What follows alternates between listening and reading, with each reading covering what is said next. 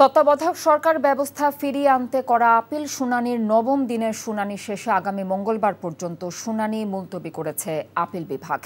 এর আগে বুধবার আপিল শুনানির অষ্টম দিনে রাষ্ট্রপক্ষে অ্যাটর্নি জেনারেল তার বক্তব্য তুলে ধরেন। আজ সকালে আবার শুনানি শুরু হলে অ্যাটর্নি জেনারেল তার অসমাপ্ত বক্তব্য প্রদান করেন। গণতন্ত্রকে কোহিনূর হীরার সাথে তুলনা করে একে রক্ষার জন্য যেভাবে প্রয়োজন সেভাবেই সংবিধান সংশোধন করতে হবে বলে এ সময় উল্লেখ করেন তিনি।